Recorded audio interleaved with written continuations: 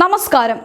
അഴിമതിയുടെ കാര്യത്തിൽ ഇടതും വലതും തമ്മിൽ നടത്തുന്ന ഈ മാരകമായ ഒത്തുകളി കണ്ടു മടുത്തോ? നമ്മൾ ഇതിനെക്കുറിച്ച് മുൻപ് പലതവണ ചർച്ച ചെയ്തതാണ്. പക്ഷെ അഴിമതിയുടെ പുതിയ അധ്യായങ്ങൾ പുറത്തു വരുമ്പോൾ അതൊന്ന് ആവർത്തിച്ച് പറയേണ്ടത് ഒരു സാമൂഹിക ഉത്തരവാദിത്തമാണെന്ന് എനിക്ക് തോന്നി. അതിനാൽ കാര്യത്തിന്റെ ഗൗരവം ഉൾക്കൊണ്ട് ഒന്നുകൂടി നമുക്ക് പരിശോധിക്കാം. ഇതൊരു ഭരണമാറ്റത്തിന്റെ കഥയല്ല, മറിച്ച് അധികാരത്തിലുള്ളവർ തമ്മിലുള്ള അവിശുദ്ധ പങ്കുവെപ്പിന്റെയും കച്ചവടത്തിന്റെയും കഥയാണ്. കേരളത്തിന്റെ മണ്ണിൽ അഴിമതിയുടെ വേരുകൾ എത്രത്തോളം ആഴ്ന്നിറങ്ങിയിരിക്കുന്നു എന്ന് വ്യക്തമാക്കുന്നതാണ് ഈ പുതിയ വെളിപ്പെടുത്തലുകൾ. ആദ്യം രണ്ടാം പിണറായി സർക്കാർ നിയമത്തെയും മര്യാദകളെയും കാറ്റിൽ പറത്തിക്കൊണ്ട് 147 ഹോട്ടലുകൾക്ക് ബാർ ലൈസൻസ് നൽകിയ കാര്യം പുറത്തു വന്നിരുന്നു. സ്റ്റാർ പദവി പോലുമില്ലാത്ത ഹോട്ടലുകൾക്ക് കേന്ദ്ര നിയമങ്ങൾ നോക്കുകുത്തിയാക്കി ലൈസൻസ് കൊടുത്തത് കോടികളുടെ അഴിമതിക്ക് വേണ്ടിയായിരുന്നുവെന്ന് നമ്മളന്ന് തുറന്നുകാട്ടിയതാണ്. എന്നാൽ ഇപ്പോൾ പുറത്തു വന്നിരിക്കുന്ന പുതിയ രേഖകൾ അതിനേക്കാൾ ഞെട്ടിക്കുന്നതാണ്.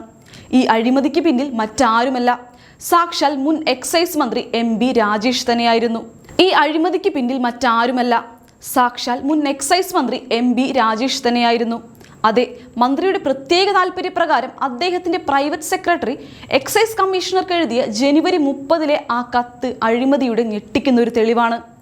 കേവലം ഒരു കത്തിന്റെ ബലത്തിൽ കേന്ദ്ര ടൂറിസം മന്ത്രാലയത്തിന്റെ ചട്ടങ്ങളെ പോലും വെല്ലുവിളിച്ചുകൊണ്ട് ലൈസൻസ് വിതരണം ചെയ്തത് എന്തിനായിരുന്നു?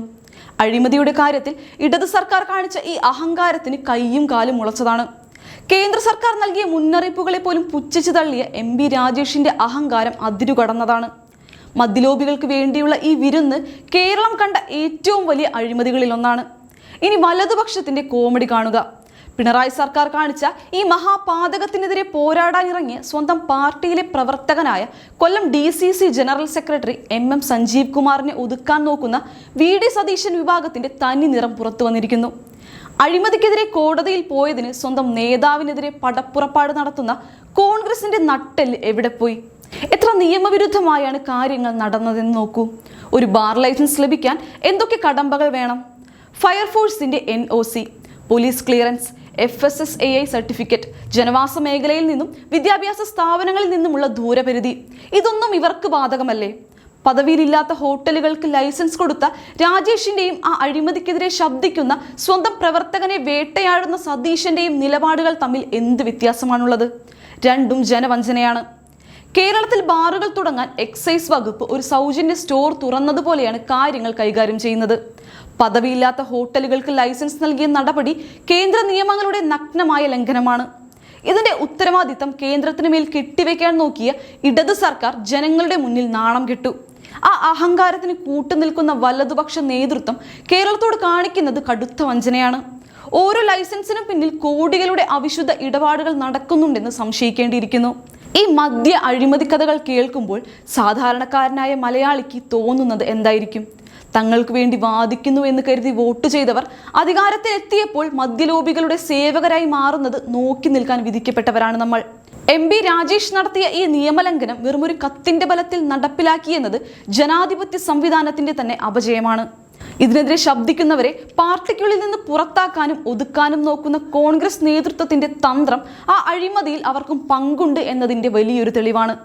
അല്ലെങ്കിൽ പിന്നെ എന്തിനാണ് സ്വന്തം പാർട്ടിയിലെ ഒരു നേതാവ് അഴിമതിക്കെതിരെ കോടതിയിൽ പോയതിന് അവരെ പീഡിപ്പിക്കുന്നത്? അഴിമതിക്കെതിരെ മുദ്രാവാക്യം വിളിക്കുന്നവർ അതിന്റെ ഫയൽ കാണുമ്പോൾ വിറയ്ക്കുന്നു എന്നത് ഭീരുത്വമാണ്. നിഷ്പക്ഷരായ ജനങ്ങൾ ഇതിനെ എങ്ങനെ നോക്കിക്കാണുന്നു എന്നത് വളരെ പ്രധാനമാണ്. ഇരുവരും ചേർന്ന് കേരളത്തെ ഒരു മദ്യപ്പുഴയാക്കി മാറ്റുകയാണ്. കേരളത്തിലെ ജനങ്ങളെ മണ്ടന്മാരാക്കാൻ നോക്കുന്ന ഈ രണ്ട് മുന്നണികളും ഈ മദ്യലോബികളുടെ കയ്യിലെ വെറും പാവകൾ മാത്രമാണ്. MB രാജേഷിന്റെ പ്രത്യേക താല്പര്യം എന്ന് പറയുമ്പോൾ അതിനർത്ഥം പാർട്ടിയുടെ ഖജനാവിലേക്കോ അല്ലെങ്കിൽ സ്വന്തം കീശയിലേക്കോ പണം എത്തിക്കുക എന്നതാണ്. ഇതിനെയെല്ലാം പ്രതിരോധിക്കേണ്ട പ്രതിപക്ഷം അഴിമതിക്കെതിരെ സംസാരിക്കുന്നവരെ കൂച്ചുവിലങ്ങിടാൻ നോക്കുന്നത് കാണുമ്പോൾ ആർക്കും മനസ്സിലാകും ഇവരുടെയൊക്കെ ഉള്ളിലിരിപ്പ്. ഈ കളിയിൽ ജയിക്കുന്നത് മദ്യലോബികളാണ്, തോൽക്കുന്നത് കേരളവും. ഇത്തരം ഭരണാധികാരികളെയും പ്രതിപക്ഷത്തെയും ജനം ഇനി വിശ്വസിക്കരുത്. ചരിത്രത്തിൽ അടയാളപ്പെടുത്തുന്ന അഴിമതിയുടെ കറുത്ത ഏടുകളിൽ ഇവരുടെയൊക്കെ പേരുകൾ ഉണ്ടാകും. മദ്യത്തിന്റെ മണമുള്ള ഈ അഴിമതി കഥയ്ക്ക് ഇനിയെങ്കിലും ഒരു അന്ത്യം കുറിക്കാൻ ജനങ്ങൾ തയ്യാറാകണം.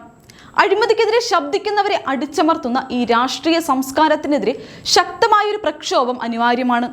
ഈ രാഷ്ട്രീയ നാടകങ്ങൾ മടുത്തെന്ന് ജനം ഉറക്കെ വിളിച്ചു പറയേണ്ട സമയമാണിത്. ജനാധിപത്യത്തിൽ പ്രതിപക്ഷത്തിന് വലിയ പങ്കുണ്ട്. എന്നാൽ ഭരണപക്ഷത്തെ അഴിമതിയെ സംരക്ഷിക്കുന്ന പ്രതിപക്ഷത്തെ എന്ത് പേരിട്ടാണ് നമ്മൾ വിളിക്കേണ്ടത്? ഈ അഴിമതി രാജാക്കന്മാർ ഒന്ന് ഓർക്കുക, ഇനിയും അധികകാലം ഈ അധികാര കസേര നിങ്ങൾക്കുണ്ടാവില്ല. അധികാരത്തിന്റെ ലഹരിയിൽ നിങ്ങൾ നടത്തുന്ന ഈ അവിശുദ്ധ കൂത്ത് ജനാധിപത്യത്തിന്റെ അടിത്തറ തോണ്ടുകയാണ്. ഇതിനൊക്കെ കണക്ക് പറയേണ്ടി വരുന്നൊരു കാലം വിദൂരമല്ല. ആ ദിവസം നിങ്ങൾ അനുഭവിക്കാൻ പോകുന്ന തിരിച്ചടി കേരളം മുഴുവൻ കണ്ടു നിൽക്കും. മദ്യലോബികൾക്ക് സുഖവാസം ഒരുക്കുന്ന ഈ ഭരണാധികാരികൾക്ക് ഇനിയൊരു ജനകീയ കോടതി ഉണ്ടാകും. അന്ന് നിങ്ങൾ ഉത്തരം പറയേണ്ടി വരും. അധികാരം എന്നത് മദ്യലോബികൾക്ക് പണയം വെക്കാനുള്ളതല്ല എന്ന് ഇനിയെങ്കിലും തിരിച്ചറിയുക. കേരളത്തിന്റെ സംസ്കാരത്തെ മദ്യത്തിന്റെ മണത്തിൽ മുക്കിക്കൊല്ലുന്ന ഈ അവിശുദ്ധ കൂട്ടുകെട്ടിനെതിരെ ശബ്ദമുയർത്തേണ്ട സമയമാണിത്. ഇത്രയും വലിയൊരു അഴിമതിയെ സംരക്ഷിക്കാൻ നടക്കുന്ന ഓരോരുത്തരും കേരളത്തോട് ചെയ്യുന്ന ഏറ്റവും വലിയ പാപമാണിത്. ഇത് ജനങ്ങൾ ഓരോരുത്തരും തിരിച്ചറിഞ്ഞു തുടങ്ങിയിട്ടുണ്ട്. ഈ അഴിമതി രാജാക്കന്മാരോടും കൂട്ടുനിൽക്കുന്നവരോടും ഒന്നേ പറയാനുള്ളൂ: നിങ്ങൾ തോൽക്കാൻ പോകുന്നത് ജനങ്ങൾക്ക് മുന്നിലാണ്. ഒരു കാലത്ത് അഴിമതിക്കെതിരെ മുദ്രാവാക്യം വിളിച്ചവർ ഇന്ന് അധികാരത്തിലെത്തുമ്പോൾ അതേ അഴിമതിയുടെ ഭാഗമാവുന്നത് കാണുമ്പോൾ കേരളം ലജ്ജിക്കുന്നു. ഒരു സാധാരണക്കാരന് നീതി ലഭിക്കാൻ കോടതിയിൽ പോകേണ്ട അവസ്ഥ. എന്നാൽ അഴിമതിക്കാർ മന്ത്രിമന്ദിരങ്ങളിൽ സുഖമായി വാഴുന്നു. ഈ വ്യത്യാസം ഇല്ലാതാക്കാൻ ജനങ്ങൾ തന്നെ മുന്നിട്ടിറങ്ങണം. അധികാരം എന്നാൽ ജനസേവനമാണ്, അല്ലാതെ മദ്യലോബികളെ സഹായിക്കാനുള്ള ലൈസൻസ് അല്ല. ഇത് മനസ്സിലാക്കാൻ ഇനിയും വൈകരുതെന്നാണ് എൻ്റെ അഭ്യർത്ഥന. ഓരോ ദിവസവും അഴിമതിയുടെ പുതിയ അധ്യായങ്ങൾ തുറക്കുമ്പോൾ നാടിൻ്റെ ഭാവിയെക്കുറിച്ചാണ് നമ്മൾ ഭയപ്പെടുന്നത്. ഇതിലും വലിയൊരു വഞ്ചന ഈ നാട്ടിൽ നടക്കാനില്ല. ഈ അഴിമതിക്ക് കൂട്ടുനിൽക്കുന്ന ഓരോ രാഷ്ട്രീയക്കാരനും കേരളത്തിൻ്റെ ശാപമാണ്. ഇനിയെങ്കിലും മദ്യലോബികളുടെ അടിമത്തം അവസാനിപ്പിക്കാൻ തയ്യാറാവേണ്ടത് അനിവാര്യമാണ്. നിങ്ങളുടെ ഈ നാടകങ്ങൾ ഇനിയും വില പോകില്ല. അധികാരത്തിന്റെ ലഹരിയിൽ ആറാടുന്നവർ ഒന്നോർക്കുക: ഈ നാട് മദ്യമല്ല, നീതിയാണ് ആഗ്രഹിക്കുന്നത്. ആ നീതി നിഷേധിക്കുന്നവർക്ക് ഈ മണ്ണിൽ സ്ഥാനമില്ല. ഈ വഞ്ചനയൊക്കെ അവസാനിപ്പിച്ചില്ലെങ്കിൽ മറുപടി നൽകാൻ ജനങ്ങൾ തെരുവിലിറങ്ങും. അന്ന് നിങ്ങളുടെ അധികാര കസേരകൾ ഓരോന്നും കാലിയാകും.